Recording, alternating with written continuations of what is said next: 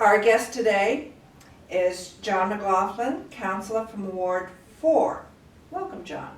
Thank you for having me. Would you please briefly locate your ward for the viewers? So, Ward 4 runs along the Belmont and Watertown line.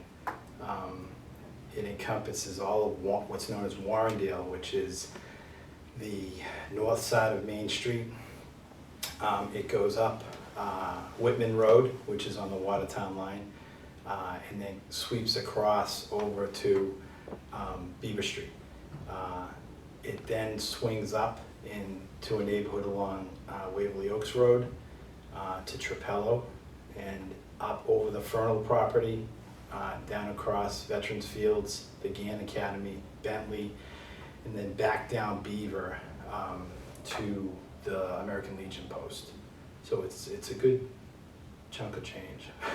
It's a big ward. It is. To walk. It's a big ward to walk. Yeah, it's a very big ward to walk. What do you think prepared you to run for ward councilor? Well, I celebrated my 20th wedding anniversary last Wednesday, so I can say marriage helped me in many ways. And the first person that I spoke to about running was actually my wife, who advised me. And I was shocked to this day, still am, says, "Oh, you have to do that." But I grew up in a large family, and my parents taught us the importance of serving others. And that's something that I talked about at the beginning of my campaign in 2013, and I continue to talk about now. You need to give back to your community, and it's important to serve others. So I think those lessons and that support from my family was instrumental. I also think it's who I am. I work for the Suffolk County Sheriff's Department. That's my day job. We deal with a lot of troubled individuals in our community. And I'm also the president of my union, and so I represent people at work and have done so for 20 years. So I think those are the things that really forged who I am and made it easier for me to say yes when looking at running for public office. Now, you've represented Ward 4 for how many years? This is my first term. It's been 2 years. I'm in my second year. Okay. Now, what do you find are the primary concerns of the residents in your ward? Well, I think the first 2 years was a bit of a baptism of fire because, I'll mention the word Fernald. I'll mention the word Beaver Street Culvert. There are a number of issues, specific issues that popped up. I think, by and large, though, people that live in Ward 4 are concerned about their streets. I think they're concerned about their schools. I think they're concerned about the infrastructure in the city. They're concerned about overdevelopment. There were very specific issues in my first term that I devoted an enormous amount of attention to. But I think there are bread and butter issues that most people in Ward 4 care about. And those are the things that I'll see more of in the next term. Now, how have you addressed some of these concerns to date, and how will you do so in your next term? I bought Fernald and I fixed the culvert. So I was very fortunate to come into office at a time where we struck lightning in a bottle with regards to Fernald. There was an opportunity there. We had money available, and we had both a municipal and a state administrations that were willing to do what needed to get done. So it was, in some ways, people pat me on the back and say, "Oh, that's great, it was your term that we got Fernald taken care of." And we all know that went back many years, and there were a lot of nights where we're worried about 900 or 1,500 apartments going up on the hill, and we now know that's not going to happen. So I think that was a huge issue obviously in my first term. I talked a little bit about my family. The day that we signed the paperwork for Fernald. I took my daughter. I take my kids to vote every year, but I took my daughter with me. Ashburton Place is where the DCAM offices are, across from the State House. She went with me and she witnessed the DCAM commissioner and Mayor McCarthy signing the document to move Fernald over it. By and large, historic event. And there's going to be a lot of good things that come out of Fernald. And my daughter sat there and said, "Did a good job, Dad." So the other thing I mentioned, the Beaver Street culvert. I mean, you talk about really a difficult situation. It was a year ago that the state was asked to look at the culvert by the city, and a determination was made to shut the road down. And people forget that it was shut for a few days. They then modified that, and it was open to westbound traffic only. It was a major inconvenience, not only to the neighbors, but also the businesses along Waverly Oaks Road. This was a situation where government failed. And I'm not saying that city government failed, and I'm not saying that state government failed. I'm just saying that government failed. This was something that had been talked about for years. We all know that those wooden bridges were not safe to walk over. So that was just alone a sidewalk issue. Nobody really knew what was going on underneath. But it's something that triggered a response on the council. It was sponsored by Councilor Waddick with regard to a complete inventory of culverts and bridges in the city. And then the second piece is going to be recommendations on which ones need immediate addressing, and I supported that resolution. And that's something that, besides the fact that we have that fixed, and that the city took care of that, not the state, the city took care of that. The other good piece is hopefully it won't happen again because we took action above and beyond the culvert failure. That was an interesting time, yes. It was awful. It was just, yes, I'm sure you heard about it. Call it what it is. My kids all play hockey, and that's the way we go to and from the rink, and we weren't doing that last winter. I got lost a few times trying to avoid. Well, you know what, the other thing I want to mention in that, and this is going to be on TV, so people may not realize this, there was a whole other element to this with National Grid and the fact that there was a gas line over the culvert, and that delayed the replacement of the culvert by months. In Boston Gas, the pipes, you're talking about leaky gas pipes, 1917 and 1920, the neighborhood above Waverly Oaks Road and Trapella Road, that's when those pipes were laid, World War I. And those were the ones that needed to be replaced on Brookfield and Upton so that they could take and cap the line over the Beaver Street culvert. You know, if you asked anybody a year ago if there's a gas line over Beaver Street, nobody could tell you that, but there was. And that was capped and that work was done, and you know, even that neighborhood up there was really impacted by this because not only was the traffic affected, the streets were dug up. So it went well beyond just the culvert.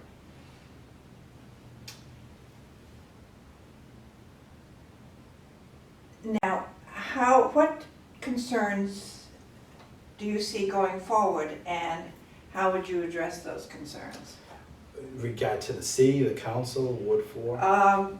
Ward concerns to begin with. I think it's really bread and butter issues. I mean, people are concerned specifically with the schools as far as space in the schools and overcrowding in the schools. There's a direct correlation between that and development in the city, and a question that we regularly ask and have asked over the last 2 years to developers, specifically residential developers or properties that would have residents living in them, is how many school-age children are there going to be? And that's a question, and if you watch the council, you know we're asking that consistently now, whereas I don't know if we did that before. I think we also have to think outside of the box as far as you know, the districting of the schools and how to make that work, because there is space in some schools and not space in others. I think we need to look at other models. If there's a need for module classrooms that could be brought in temporarily, you know, there's a fix there. These are all school committee issues, but I think, at least in my neighborhood, which is mostly residential, you have a lot of people interested about that. Infrastructure is another issue. We have an awful lot of work being done on streets, good work that's being done on streets that need it. We have other streets that need to be addressed. So there needs to be a focus on that too. what are your goals for the city for the next 2 years, and how would you fund them? Fund them? Well, a major issue that we're out in front of right now is zoning. There's a zoning, we're looking at the zoning right now. People are very happy that we're looking at the zoning. There's a healthy discussion going on. That study's been funded. It's gonna, we'll come out with a new document as far as zoning goes, and that's gonna be a major change in the way we do business. Again, I mentioned schools already. You know, the council's been very supportive of the budget. For schools, it was a 9% increase in the budget for schools, and that passed last year, so we're willing to put the money behind the need. The other thing is, one of the ways that I plug into the citywide issues is we have an all-day budget hearing that happens in June. And I have the last 2 years, I take that day off and I go in, and I'm not on the finance committee, I'm on the ordinance and rules committee, but I'm able to address all the department heads as they come in for their budget. And as an off-committee member, I can ask any questions I want. And so for those of you that watch that, I actively participate in that, and it's an education for me because I'm learning firsthand what their budget is and what that money, those tax dollars are going to be spent on. But it's also a case where it gives me the big picture of the city of Waltham and what we're doing with the services that we provide, and the fact that we have a lot of good people that work for the city, and it's a great place to live because of that. One of the most important issues, and very relevant for you, throughout the city is what to do with the Fernald School. Do you have ideas about that and how they might be funded? So we went for years and years and years about what will happen with Fernald, and that was more about who would control what happened at Fernald. And again, when we were discussing this in the council, this wasn't a slam dunk, and it had a lot to do with funding. And this passed, it needed 10 votes, and it passed with 10 votes. And that was where the rubber met the road, where I was counting votes and I was making sure that we had the people lined up and we got the job done. That was that came together very, very quickly. And there was a need, and I felt it was the right thing to do, that we needed to act quickly and not wait for a change in administration. I don't think this would have happened if this went into 2015. So we got that done fast. There was a certain expectation after that got done that, some people were thinking we're going to have a golf course, other people were thinking we were going to be, daylighting streams right away and all the rest. There's work that needs to be done. There are almost 100 structures up on that property. There are streams that have been culverted and are underground. There are ponds that have been filled in. What we didn't know 100 years ago, or 50 years ago even, was that when we made those changes, it affected the watershed. It affected where the water went downstream and how much went downstream. We all know that there are flooding issues in different parts of Waltham. Waverly Oaks Road is one. Down along Linden Street is another. The wetland study that is, I'm told it's almost done, is going to address some remedies for that. One of those remedies, or two of those remedies, will be daylighting the stream, so culverts will come out, we'll open it up to the air. And also the return of at least one pond, possibly two, up on the north side of the property. And for me, I mentioned a connection with hockey before. My kids go to Weston, to College Pond in Weston, to pond skate. I would love my kids to skate up at the Fernald during the winter. We could put a warming hut there, we could have pickup games during the winter. That's a very simple change to the landscape that makes it very inviting. And like I said, I go to Weston to do that with my kids now. We can drive up the street and do it. Also, last night passed a plan, the mayor has a plan to demolish 20 buildings up there. If you're familiar with the property, most of them are the cottages that again are below the Lawrence School on the north side of the property. That's mostly where we're talking about daylighting streams and wetlands.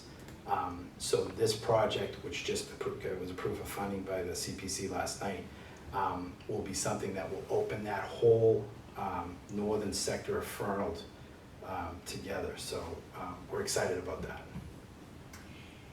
Well, thank you for your very thoughtful answers. Unfortunately, we don't have time for any further questions. I'll stay if you want You'll me stay. to. But thank you for coming and thank you for talking with us, Thank you for John. having It's me. been very, very informative. Thank you.